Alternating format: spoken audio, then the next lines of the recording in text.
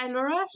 Thanks for joining us at the 13th Philosophical Film Festival. Although this time only remotely, we would have wished that we had you in here, but this year this was the best that we could do, and we are very grateful that you managed to make some time for us even during the pre-production of your next project. So welcome to virtually in Skopje. No, thank you so much. I'm so happy. I love the fact that there's a philosophical film festival, and I really hope I can attend sometime in the future. So thank you for having me, and thank you for having the film and for feeling that the film can have some dialogue in this kind of festival. I'm looking forward to hearing a bit your opinion in a question or two regarding the relationship with philosophy that you have as a filmmaker.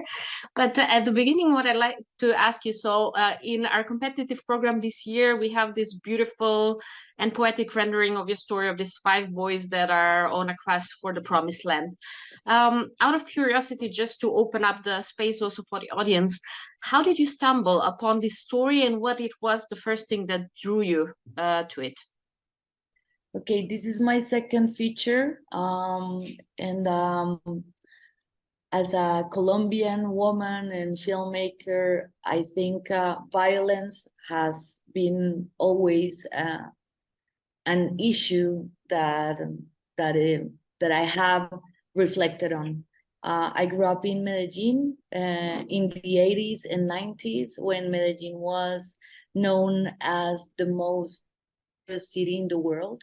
So I grew up in very particular circumstances in a city that was, there were bombs, and there was like all these like mafia issues, and this violent way of resolving things. And what really struck me as a human being is that I believe that what happened is that violence became our language, our way of dealing with life, our way of solving things. So that has been something that I have deal with all my life. And then my dad was killed when I was 21 years old in 2002. And I mean, that has obviously been something that changed my life, that changed the way that I understood violence and understand violence. And my previous film that is called Killing Jesus, it's about that. It's the story about a girl who gets to meet the assassin of her father. So after doing that film that was very, very personal and in a way autobiographical, I started dealing with related to violence, but that I felt that I could relate to in a more free way. It was not about my story, it was about my questions of the society that I live in. And the land issues, the possession of land in Colombia, is probably the main issue of the violence, of the historical violence. A lot of people that have been displaced, violent groups or rich people have taken over their lands and have displaced so many people. So when I finished my first film, I did a road trip that is the same trip that you will see in the film. That it's a road that I have crossed many times in my life, and it's this crazy landscape that talks a lot about what the tropic is, the craziness of the nature in the tropic. And when I was in the car, I started imagining 5 boys with no land, like 5 boys that didn't have like a place in society. And what would happen if they would have received a promised land, a letter from the state saying, we will give you back a land that your parents owned or your grandmother owned at what time. Because in the peace process in 2016, that became like a main issue, like the fact that that one of the main points the process, in the peace process, was we will give back the land to the people that have been displaced. What happened in the peace process, one of the main issues in the peace process was that the government was going to commit themselves to give back the lands that was once taken to back the from people. Yeah. So and that was one of the issues that really made people go against the peace process. And this is so weird. It's like people were against the fact that the state was going to give back the land to the real owners. So all those things were really like happening when I started writing, and all these issues about why we behave in such a violent way, why we don't want justice to happen, why don't we want to create a more equal society where we can deal with our issues in a more peaceful way, where language can take back the dignity and the beauty of the words, of speaking words. So I think that so all the things were going in my mind when I started writing in a very freestyle kind of way. It's a film that I didn't write in a very structural. It's not a very. It's not based on anyone's life. It's not based on anyone's land restitution tale. It was out of pure imagination, and I felt so free when I was writing these stories about these 5 boys, very disobedient, who have not been conquered by the state and by the power and by the system, and they just go with that letter to reclaim what's theirs. And I think that our second question actually kind of nicely continues on this one, because you've already touched upon it. As you see, like behind me here, this year we have a focus on Godard, and not only because he left us last year, but because we think that we owe him a lot in the history of cinema. And I think I have mentioned this to you also in Luxembourg when we saw each other in the image book. I freely paraphrase. I could not find the exact quote. He's saying something like, if the state of the world hurt us so much, we would have already done something about it. So I just wanted to ask you, you live in Colombia, we live in Macedonia, we have lived through similar situations, although it's different countries in different parts of the world. And seeing stories like this, seeing stories like Tatiana Jesús Prayers for the Stolen or Nadine Labaki's Cafarnaum, what is your personal opinion? Does it really hurt us? And in a world like this, with so many disparities and so much inequality, do we search hard enough to really find this promised land that you're speaking of? What do you think? No, I think we don't do enough, and I don't think we care. I think we live in a very cruel world, in a very competitive world, in a very unequal world, in a very superficial world.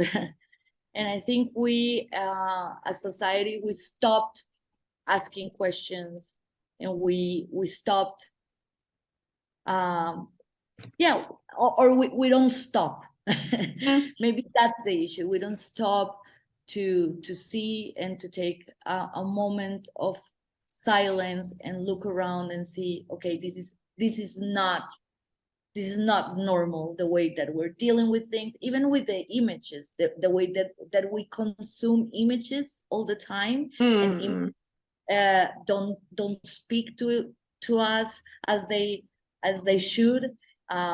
The representation of violence is something that has become very problematic, because there's a show, and we live in a society of that it's a show. Spectacle. A society of spectacle. Society of spectacle, and we have become part of that. So that's something that really worries me in terms of filmmaking, is how we can bring back the meaning to the image, how we can bring back the deepness to the image, how can we bring back time to the image, so there's not only things happening to the characters, happening to us as spectators, and really go outside the theater, and after that have a very spiritual experience to cinema. How can we go after and really have to think about what we just saw? But you know, like the craziness about filmmaking is that filmmaking has this really weird position of like, you need like a big crew, you need money to make it, so you're part of an industry, and people relate to cinema as a way of entertaining, which is dangerous. And then so people want to go to the movies because they want to feel good, and what Godard taught us is, no, you need to make people go to the cinema to feel uncomfortable and to think, to become active as a spectator, to dislocate yourself. So I think if we make more films that are gonna be uncomfortable, or that will make the experience a more spiritual experience, we're really bringing something to the world, but we're also marginalizing ourselves. We have to know that we are part of the margins, that we're not that we're not gonna have big audiences, but at least we have that group that resists, as I imagine that the audience of the Philosophical Film Festival is a small audience, but we are aware that the world is full of pain, and that the beauty that we create is not a superficial beauty that will not make you aware of that horror that we are going through. And that's why I think I told you the other day when we talked in Luxembourg, like, that's why I feel that this is a film that condemns the world but celebrates life. And I think that is my position in the world. Like, the world really hates me, and I think the world is a horrific place, but life is so beautiful, and that contradiction is that what really interests me, I think. And I think it's really reflected in these two films that you have made so far, your two features. You have made many other projects, and you're working on a lot of series. We'll touch upon that a bit later. But when we're talking about the topics of these films, and I have just recently watched also Killing Jesus, and if someone of the audience would be interested, I really warmly recommend it. And I'm still stirred by it. I'm still I'm still shaken up by it. And of course, also knowing that it's autobiographical or semi-autobiographical, based on your story. And as you said, the assassination of your father when you were only 21. So what I wanted to ask you in relation to this, when afterwards I was thinking about Kings of the World in relation to Killing Jesus, we see protagonists that are more or less the same age. They are as lost and as found in that Colombian society. And in both cases, at the end of the two stories, they are disarmed. That's how I felt it, like in front of this pending evil that comes. And instead of, for example, in Killing Jesus, we have the main protagonist, instead of killing the killer, she decides perhaps to kill the hatred or the anger that she feels because of him assassinating his dad. And on the other side, we have in Kings of the World these boys that are completely disfaithed or surrendered, or we see that they don't have even any more energy to fight. And as a spectator, we have spoken about this, I felt like, come on, like, at least this one more time, please fight back, at least this one more time. So what I wanted to ask you is, what did you choose a path like this for both of them, for your protagonists in both stories? And how would you define it? Is it more of a pessimistic outlook, or is it maybe alongside this Eagleton's hope without optimism, or tragic hope, radical hope, and some kind of an alternative way you see to fighting and escaping, breaking this cycle of violence? I like that you mentioned Eagleton, because I just recently finished the essay with Hope Without Optimism, which I love, and it really helped me clarify my own ideas about what I feel that hope is. I think that authors have obsessions that appear in the body of work, and I mean, my filmography is a very small one, but in these two films there are things that really tell what my obsessions are. And there's one that is justice, and in the justice system. I mean, in both films, the justice or the system of justice of the country doesn't work, doesn't operate. It's a bit absurd at some points, very Kafkanian in a way. It's like it's a system that it's really hard to understand, that is like a wall that you can't cross, that is designed for you not to understand it and not to cross it. So it puts us in a way of like, yeah, completely disadvantaged. It's like a monster, more in a hope kind of way, like more like a Leviathan, you know, like a monster that you just don't, it's huge, you don't understand, no? And in both cases, in both films, I mean, in Killing Jesus, she's going with those papers asking for justice. Please tell me how the case of my father, please tell me how the investigation is going, and there's no answer. And in this case, these kids, again, they have papers that represent the letter of the state saying you received these, you are the owner, the real owner of these. And then they go to the office and there's a lady saying yes but no. Yeah. So I think that there's an obsession for me with the justice system, that my father was a lawyer.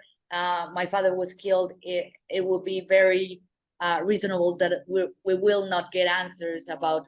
I mean, 20 years later, we don't know anything about who killed him, and there's attached to that. There's one thing that appears on both films, and is that the real responsibles of the tragedy, in the case of Killing Jesus, the intellectual authors of the murder, and in the case of the Kings of the World, the real people who took over that land, we don't see them. These are people that have no name. These are people that we don't know, and that will stay probably forever untouchable, you know, like they will be untouchable. And so I ask myself this constantly, like, capitalism is such an extravagant system, so to say, that even in the criminal world, these are the ones that are responsible for the tragedy will remain untouched. And that happens in the economical side of it, and that happens in the climate crisis, and that happens in the criminal world. Like, the ones that really need to take accountable for this tragedy will remain untouched. And that appears on both films. And then regarding hope, I don't feel that I am hopeless, because if I was hopeless, I wouldn't make this kind of films. The fact that I present a story that it's a fatal destiny and that is tragic, it has to do with the fact of what I was saying. I don't think beauty and hope means that you don't touch on the tragedy, and that you don't question the horror. I really like a sentence from Antigona, from the Greek tragedy that says, all these dead bodies are your fault. And when she says your fault, she's saying you, the ones that are alive, you people, you are responsible for this. And that is something that I wanted to tackle on this film, like there is a moment right at the end when the little one is looking right into the camera, is looking right into the spectator. It is saying, look at this life, and this is what we're killing, all this energy, all these dreams, all this dignity, all this resistance. And I think the fact that I touch that horror doesn't make me a hopeless human being, but I'm not an optimistic human being. And in here, there is that difference between optimism and hope that also Eagleton does know. And at the end of the day, Eagleton says that optimism is more like an emotional state, like it puts you in an emotional state, while hope is more an existentialism kind of state. I mean, it's a choice, right? Yeah, it's a conscious choice. It's a conscious choice, but in that conscious choice, you also know that it is possible for you to fail. While optimism is like, everything's gonna be okay, and we're gonna make it. Hope says it's possible that we failed. We're gonna wait, and we're gonna but we would still hope. Yeah, we are still deciding to hope. Yeah, we decide to hope, and it's like utopia, like you're walking towards that line that is utopia, but you know that we might fail. And I think the fact that it includes failure makes it more beautiful, because it's it also more realistic. So I feel that I'm full of hope, but I'm not full of optimism. And I think that the film has that contradiction, and it also has this spiritual possibility of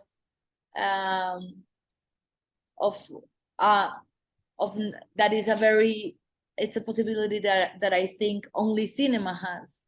That is, you can revive the dead. You can. A film is always about ghosts. In the films, you can have the dead ones talking to you and bringing some light into the present, and that is a very cinematic gesture that I use in the film as well. Before we talk about your next project, I just wanted to ask you one more general question about your relationship to philosophy. How much does it inform, or like rather inspire, your way of thinking or approaching cinema? In philosophy, like when we talk about it in a broader sense, we usually say that it can be also a refined worldview, but it also that it propels dialogue, something that I think it's common about cinema and about philosophy. So how much do you think we can speak about cinema as a refined worldview, and how much you would disagree or agree with these two thoughts? One is from Godard, who says cinema is a form that thinks. And then there is this other one that we had a professor in here, Stefan Sidowski, who was amateur filmmaker and the first one to work in this intersection between film and philosophy, who oftentimes, I still recall, we were his students saying, cinema is thinking in images. So do you agree or you disagree, and how much philosophy has actually shaped your worldview? I right now I'm 42 now, and I wish I had studied philosophy, because I think it would have helped me more, not only to live, but to make films. I grew up in a family that philosophy was something accessible. It was there. It was part of our conversation, even if it wasn't that clear. Now I know that we were talking about philosophy, about the main questions of life. I remember also, like when I was in high school, that was my favorite subject. And then I was obsessed to study film, and now my brother is an artist and a philosopher. And now when I see his work, and when I see how much he has taught me and influenced me, I'm always like, why didn't I study philosophy? And it's now what I read the most. And it helps me feel the image of thinking, like of thoughts, like the images that I try to build are full of philosophical thoughts that I try to put in many layers of the image. So I think philosophy for now, for me, to make films is the most important thing. To read philosophy is what really helps me make the form. So I do have to agree with both sentences, one of Goddard and the other professor that you talked about. I think film is a form of thinking, and yeah, and it's we create images that are full of questions. We're not trying to give you answers. We're trying to ask questions, and that's the principle of philosophy, is to ask questions. And I think that the kind of films that I like are the films that will make me ask more and more questions. So I think it's vital for me. Philosophy right now in my life, it's vital, and it's what I like to read the most. And that's why I was so excited that there was this philosophy film festival, and that the film that I made, it can have a space there. It's really an honor. All the others ours, Laura, and we have been thrilled with the film, and I hope that the audience has liked it as much as us as a programming team. And I think that one really feels that it puts you in a dialogue with yourself, and I think that that's what good films and good filmmakers do.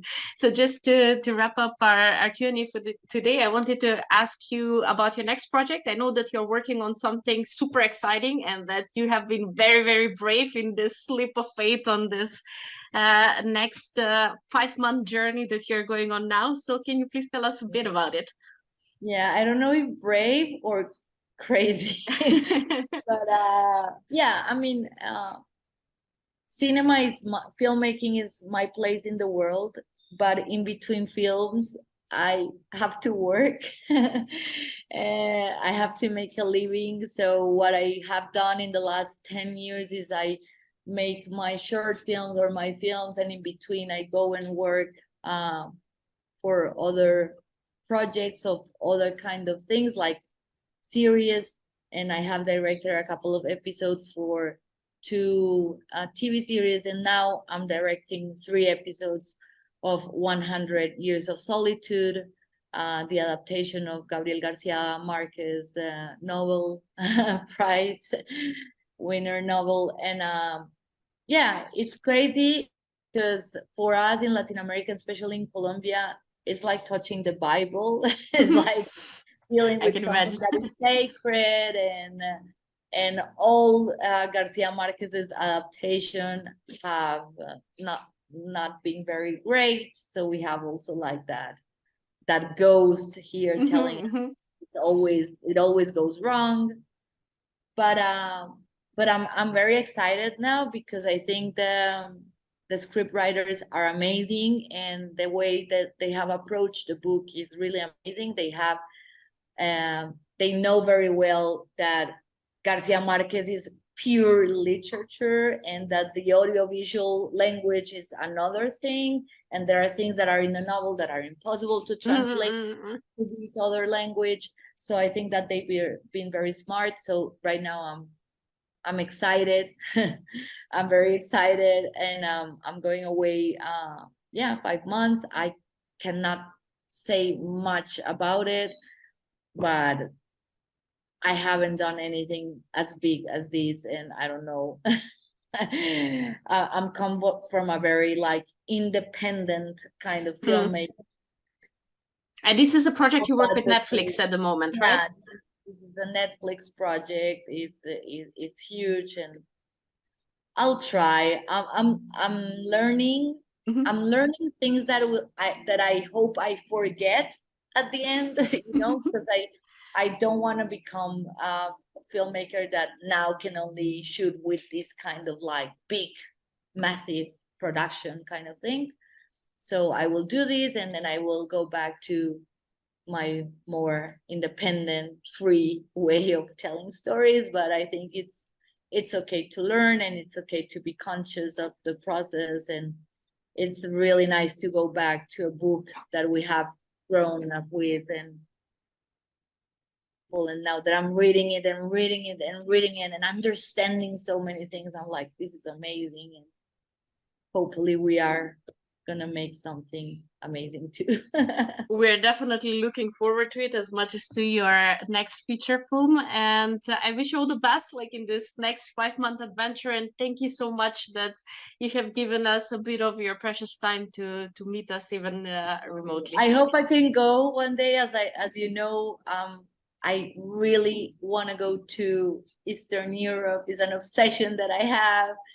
And so hopefully I can go to the festival one day. And you're more than welcome. Because it has been amazing to meet you. It's one of the nicest things that have happened to me in the last months. So thank you.